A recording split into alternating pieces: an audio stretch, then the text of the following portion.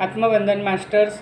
आज मैं माँ कुल देवी, परिचय परम पूज्य गुरुदेव, पितृदेव और मेरे माता पिता और पितामह परमात्मा पितामह पत्री जी और महाअवतार बाबा जी और परमहंस योगानंद बाबा जी के सर्वदैवी सत्ता गुरु सत्ताओं के चरणों में प्रणाम करते हुए आज मैं श्री जगत गुरु शंकराचार्य के संदेश के बारे में बताने जा रहे हैं। ये संदेश जब सी अरुणा जी जब ध्यान में बैठती थी तब उसको ऑटो राइटिंग में उसको मैसेज दी, ऑटो राइटिंग किया था और उसमें शंकराचार्य जी ध्यान में आए थे और उसको ये मैसेज दिया था। वो मैसेज मैं आपके सुनाने जा रहे हूँ। तो सबसे पहले हम श्री शंकराचार्य के बारे में जानेंगे। श्री शंकराचार्य कौन? श्री शंकराचार्य जी जगत गुरु कैसे बने? श्री शंकराचार्य केरल में जन्मे थे और सन 145 में वैशाख सुद पंचमी में उसकी 1236वीं जन्म जयंती। उनके पिता का नाम शिव गुरु और माता का नाम आर्यम्बा।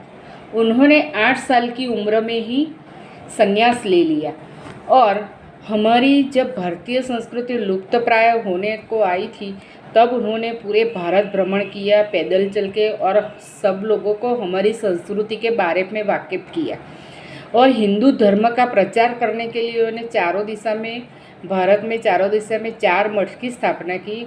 वो मठ का नाम है उत्तर में काशी, पूर्व में पुरी, पश्चिम में द्वारिका और दक्षिण में श्रृंगेरी मठ की स्थापना की। और 12 ज्योतिर्लिंग की स्थापना में भी उनका बहुत महत्वपूर्ण योगदान रहा और उन्होंने लोगों को अध्यात्म के प्रति जागरूक किया। उन्होंने ये मैसेज दिया है,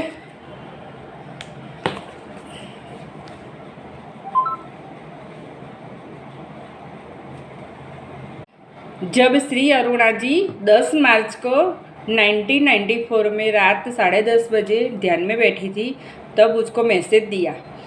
ये मैसेज मैं आपको सुनाने जा रही हूँ। ये मैसेज ये है कि मूल्य किसी भी समाज में एक बहुत पूर्ण विषय है।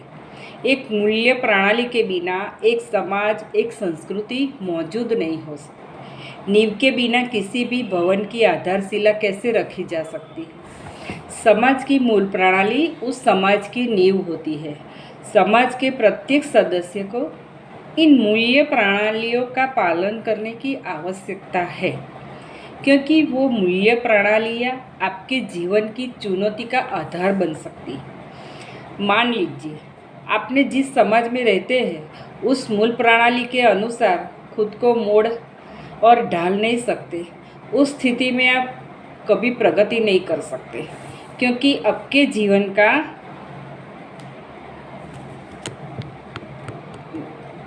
जीवन का वास्तविक सार गायब है। और ऐसा तब होता है जब आप अपनी संस्कृति और समाज के मूल्यों का पालन नहीं कर सकते। अब आप में कुछ लोग ऐसा कहते हैं कि हम इन पुराने मूल्यों के साथ कैसे प्रगति कर सकते हैं। दूसरे देश को लोगों को वो कितने उद्देश्यपूर्ण और प्रगतिशील है।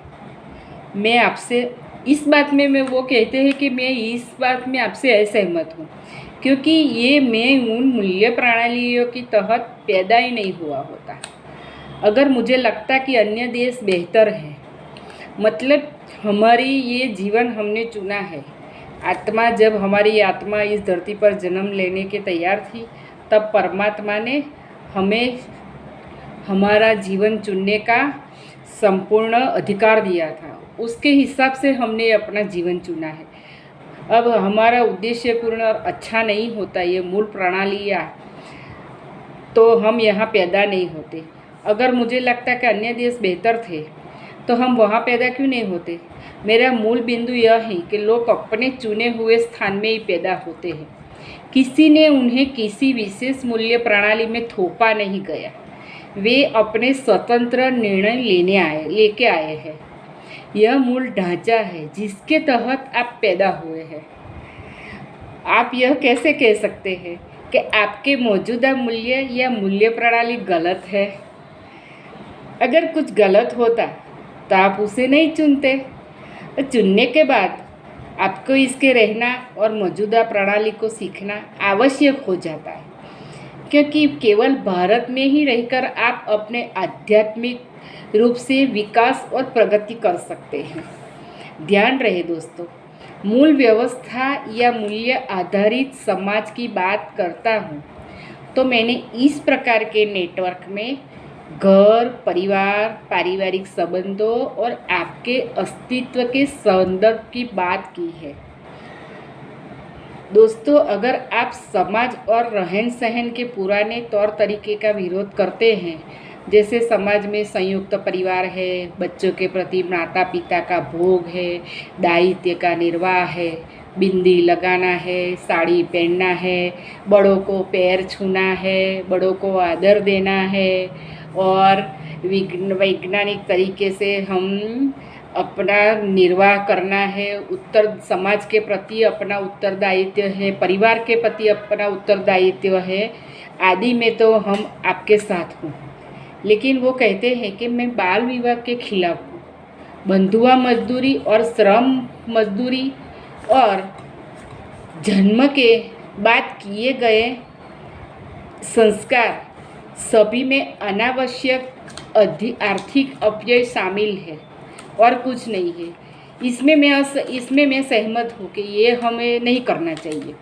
लेकिन मेरे मूल्यों और समाज या संस्कृति में किसी व्यक्ति के आध्यात्मिक विकास पर उनके प्रभाव के बारे में मेरा यह दृष्टिकोण है।